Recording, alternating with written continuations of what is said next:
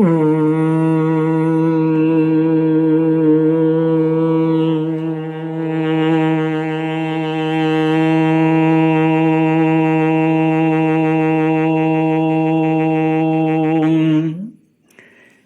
गुरुचरण कमलेभ्यो नमः। श्री गणेशाय नमः। श्री सरस्वत्यै नमः। श्री विष्णवे नमः। श्री कृष्ण गोविंद हरे मुरारे। हे नाथ नारायण वासुदेव। श्री कृष्ण गोविंद हरे मुरारे। हे नाथ नारायण वासुदेव। हे नाथ नारायण वासुदेव। हे नाथ नारायण वासुदेव। हे नाथ नारायण वासुदेव। श्री कृष्ण गोविंद हरे मुरारे। हे नाथ नारायण वासुदेव। ओम नमो भगवते वासुदेवाय। ओम नमो भगवते वासुदेवाय। ओम नमो भगवते वासुदेवाय। ओम नमो भगवते वासुदेवाय। ओम नमो भगवते वासुदेवाय। ओम नमो भगवते वासुदेवाय। कृष्णाय वासुदेवाय हरये परमात्मने प्रणतक्लेशनाशाय गोविन्दाय नमो नमः। कृष्णाय वासुदेवाय देवके नन्दनाय च नन्दगोपकुमाराय गोविन्दाय नमो नमः। सच्चिदानन्दरूपाय विश्वोत्पत्त्यादिहेतवे तापत्रयविनाशाय श्रीकृष्णाय वयं नमः। सच्चित आनंद स्वरूप परमात्मा जो सृष्टि के उत्पत्ति पालन और संहार करता है तथा जीवों के आध्यात्मिक आदि दैविक आदि भौतिक तापों को नष्ट करने वाले हैं अर्थात जीवों के मानसिक शारीरिक और भौतिक दुखों को दूर करने वाले हैं, उन श्री कृष्ण भगवान को हम नमस्कार करते हैं। श्री कृष्ण गोविंद हरे मुरारे। हे नाथ नारायण वासुदेव। श्रीमद् भागवत 10वां स्कंद अथैक षष्टितमोऽध्यायः।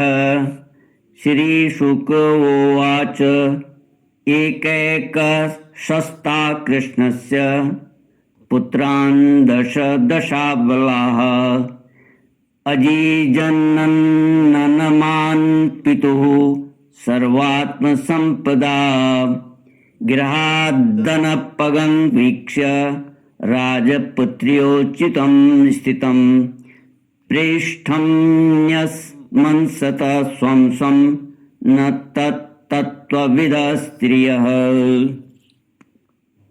श्रीमद्भागवत 10वां स्कंद 61वां अध्याय भगवान की संतति का वर्णन तथा अनिरुद्ध के विवाह में रुक्मी का मारा जाना। श्री सुखदेव जी कहते हैं, परीक्षित, भगवान श्री कृष्ण की प्रत्येक पत्नी के गर्भ से 10 पुत्र उत्पन्न हुए। वे रूप बल आदि गुणों में अपने पिता भगवान श्री कृष्ण से किसी बात में कम न थे। राजकुमारियां देखती कि भगवान श्री कृष्ण हमारे महल से कभी बाहर नहीं जाते सदा हमारे ही पास बने रहते हैं। इससे वे यही समझती कि श्री कृष्ण को मैं ही सबसे प्यारी हूँ। परीक्षित, सच पूछो तो वे अपने पति भगवान श्री कृष्ण का तत्व, उनकी महिमा नहीं समझती थी। वे सुंदरियां अपने आत्मानंद में एक रस स्थित भगवान श्री कृष्ण के कमल कली के समान सुंदर मुख, विशाल बाहु, कर्ण स्पर्शी नेत्र, प्रेम भरी मुस्कान, रसमयी चितवन और मधुर वाणी से स्वयं ही मोहित रहती थी। वे अपने श्रृंगार संबंधी हाव भावों से उनके मन को अपनी ओर खींचने में समर्थ न हो सकी। वे 16,000 से अधिक थी। अपनी मंद मंद मुस्कान और तिरछे चितवन से युक्त मनोहर भौहों के इशारे से ऐसे प्रेम के बाण चलाती थी जो काम कला के भावों से परिपूर्ण होते थे, परंतु किसी भी प्रकार से किन्हीं साधनों के द्वारा वे भगवान के मन एवं इंद्रियों में चंचलता नहीं उत्पन्न कर सकी। परीक्षित, ब्रह्मा आदि बड़े बड़े देवता भी भगवान के वास्तविक स्वरूप को या उनकी प्राप्ति के मार्ग को नहीं जानते। उन्हीं रमा रमण भगवान श्री कृष्ण को उन स्त्रियों ने पति के रूप में प्राप्त किया था।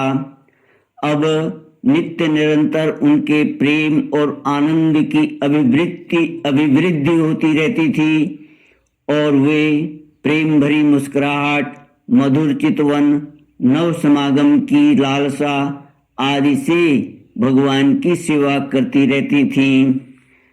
उनमें से सभी पत्नियों के साथ सेवा करने के लिए सैकड़ों दासियां रहती। फिर भी जब उनके महल में भगवान पधारते तब वे स्वयं आगे आकर आदर पूर्वक उन्हें लिवा लाती, श्रेष्ठ आसन पर बैठाती, उत्तम सामग्रियों से उनकी पूजा करती, चरण कमल पखारती, पान लगाकर खिलाती, पांव दबाकर थकावट दूर करती, पंखा झलती, इत्र फुलेल चंदन आदि लगाती, फूलों के हार पहनाती, केश संवारती, सुलाती, स्नान कराती और अनेक प्रकार के भोजन कराकर अपने हाथों भगवान की सेवा करती। परीक्षित, मैं कह चुका हूं कि भगवान श्री कृष्ण की प्रत्येक पत्नी के 10-10 पुत्र थे। उन रानियों में 8 पटरानियां थीं जिनके विवाह का वर्णन मैं पहले कर चुका हूं। अब उनके प्रद्युम्न आदि पुत्रों का वर्णन करता हूं। रुक्मिणी के गर्भ से 10 पुत्र हुए। प्रद्युम्न, चारुदेष्ण, सुदेष्ण, पराक्रमी, चारुदेह, सुचारु, चारुगुप्त, भद्रचारु, चारुचंद्र, विचारु और 10वां चारु। ये अपने पिता भगवान श्री कृष्ण से किसी बात में कम न थे। सत्यभामा के भी 10 पुत्र थे। भानु, सुभानु, स्वरभानु, प्रभानु, भानुमान, चंद्रभानु, बृहद्भानु, अतिभानु, श्रीभानु और प्रतिभानु। जाम्बवती के भी सांब आदि 10 पुत्र थे। सांब, सुमित्र, पुरुजित, स्वतजित, सहस्रजित, विजय, चित्रकेतु, वसुमान, द्रविड़ और क्रतु। ये सब श्री कृष्ण के बहुत प्यारे थे। नागनजिति सत्या के भी 10 पुत्र हुए। वीर, चंद्र, अश्वसेन, चित्रगु, वेगवान, वृष, आम, शंकु, वसु और परम तेजस्वी कुंती। कालिंदी के 10 पुत्र ये थे। श्रुत, कवि, वृष, वीर, सुबाहु, भद्र, शांति, दर्श, पूर्णमास और सबसे छोटा सोमक। श्री कृष्ण गोविंद हरे मुरारे, हे नाथ नारायण वासुदेव। मद्र देश की राजकुमारी लक्ष्मणा के गर्भ से प्रघोष, गात्रवान, सिंह, बल, प्रबल, ऊर्ध्वग, महाशक्ति, सह, ओज और अपराजित का जन्म हुआ। मित्रविंदा के पुत्र थे वृक, हर्ष, अनिल, गृध्र, वर्धन, अन्नाद, महाश, पावन, वन्नी और क्षुधि। भद्रा के पुत्र थे संग्रामजित, बृहतसेन, शूरप्रहरण, अरिजित, जय, सुभद्र, वाम, आयु और सत्यक। इन पटरानियों के अतिरिक्त भगवान की रोहिणी आदि 16,100 और भी पत्नियां थी। उनके दीप्तिमान और ताम्र तप्त आदि 10 पुत्र हुए।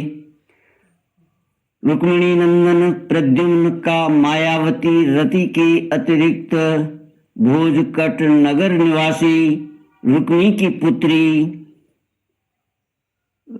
रुक्मवती से भी विवाह हुआ था। उसी के गर्भ से परम बलशाली अनिरुद्ध का जन्म हुआ। परीक्षित, श्री कृष्ण के पुत्रों की माताएं ही 16,000 से अधिक थीं, इसलिए उनके पुत्र पौत्रों की संख्या करोड़ों तक पहुंच गई। राजा परीक्षित ने पूछा, परम ज्ञानी मुनीश्वर, भगवान श्री कृष्ण ने रणभूमि में रुक्मी का बड़ा तिरस्कार किया था, इसलिए वह सदा इस बात की घात में रहता था कि अवसर मिलते ही श्री कृष्ण से उसका बदला लूं और उनका काम तमाम कर डालूं। ऐसी स्थिति में उसने अपनी कन्या रुक्मवती अपने शत्रु के पुत्र प्रद्युम्न जी को कैसे ब्याह दी, कृपा करके बतलाइए। 2 शत्रुओं में, श्री कृष्ण और रुक्मी में फिर से परस्पर वैवाहिक संबंध कैसे हुआ?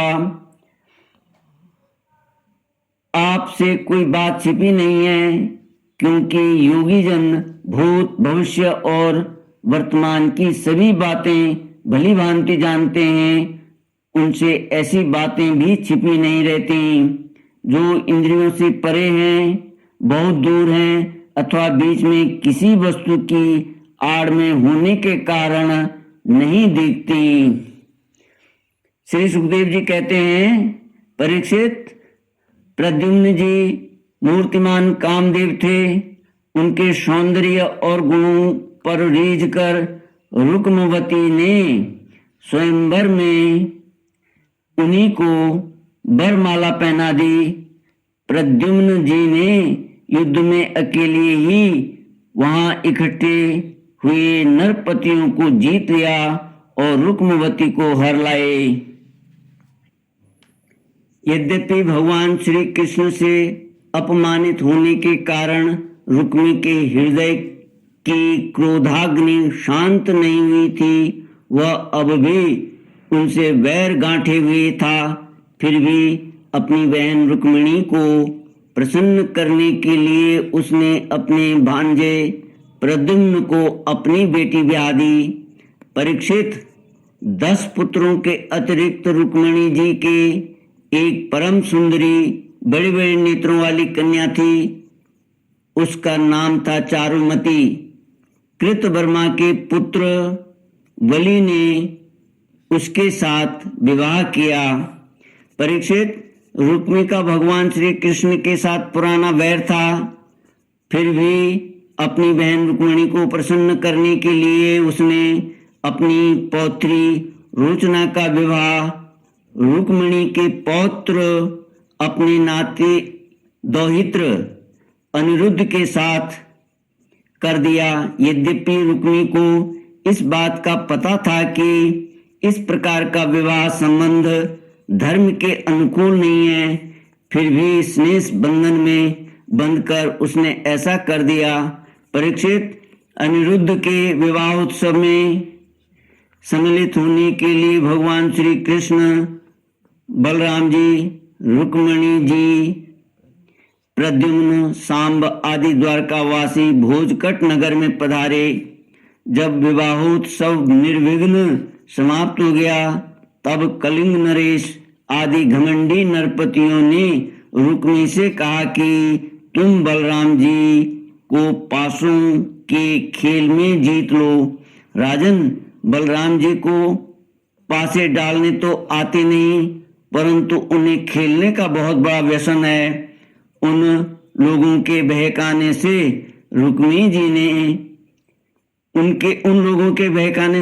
ने बलराम जी को बुलवाया और वह उनके साथ चौसर खेलने लगा। बलराम जी ने पहले 100, फिर 1000 और इसके बाद 10,000 मोहरों का दाव लगाया। उन्हें रुक्मिणी ने जीत लिया। रुक्मिणी की जीत होने पर कलिंग नरेश दांत दिखा दिखाकर ठहाका मारकर बलराम जी की हंसी उड़ाने लगा। बलराम जी से वह हंसी सहन न हुई, वे कुछ चिढ़ गए। इसके बाद रुक्मिणी ने 1,00,000 मोहरों का दाव लगाया। उसे बलराम जी ने जीत लिया, परंतु रुक्मिणी धूर्तता से यह कहने लगा कि मैंने जीता है। इस पर श्री बलराम जी क्रोध से तिल मिला उठे। उनके हृदय में इतना क्षोभ हुआ मानो पूर्णिमा के दिन समुद्र में ज्वार आ गया हो। उनके नेत्र एक तो स्वभाव से ही लाल लाल थे, दूसरे अत्यंत क्रोध के मारे वे और भी दहक उठे। अब उन्होंने 10 करोड़ मोहरों का दाम लगा रखा। इस बार भी द्योत नियम के अनुसार बलराम जी की ही जीत हुई, परंतु रुक्मिणी ने छल करके कहा मेरी जीत है। इस विषय के विशेषज्ञ कलिंग नरेश आदि सभासद इसका निर्णय कर दें। उस समय आकाशवाणी ने कहा, यदि धर्म पूर्वक कहा जाए तो बलराम जी ने ही यह दांव जीता है। रुक्मिणी का यह कहना सरासर झूठ है कि उसने जीता है। एक तो रुक्मिणी के सिर पर मौत सवार थी और दूसरे उसके साथी दुष्ट राजाओं ने भी उसे उभार रखा था। इससे उसने आकाशवाणी पर कोई ध्यान न दिया और बलराम जी की हंसी उड़ाते हुए कहा, बलराम जी, आखिर आप लोग वन वन भटकने वाले ही तो ठहरे। आप पासा खेलना क्या जाने। पासों और बाणों से तो केवल राजा लोग ही खेला करते हैं, आप जैसे नहीं। रुक्मिणी के इस प्रकार आक्षेप और राजाओं के उपहास करने पर बलराम जी क्रोध से आग बबूला हो उठे। उन्होंने एक मुदगर उठाया और उस मांगलिक सभा में ही रुक्मिणी को मार डाला। पहले कलिंग नरेश दांत दिखा दिखाकर हंसता था, अब रंग में भंग देखकर वहां से भागा, परंतु बलराम जी ने 10 ही कदम पर उसे पकड़ लिया और क्रोध से उसके दांत तोड़ डाले। बलराम जी ने अपने मुदगर की चोट से दूसरे राजाओं की भी बाह, जांग और सिर आदि तोड़ फोड़ डाले। वे खून से लथपथ और भयभीत होकर वहां से भागते बने। परीक्षित, भगवान श्री कृष्ण ने यह सोचकर कि बलराम जी का समर्थन करने से रुक्मिणी जी अप्रसन्न होंगी और रुक्मिणी के वध को बुरा बतलाने से बलराम जी रुष्ट होंगे।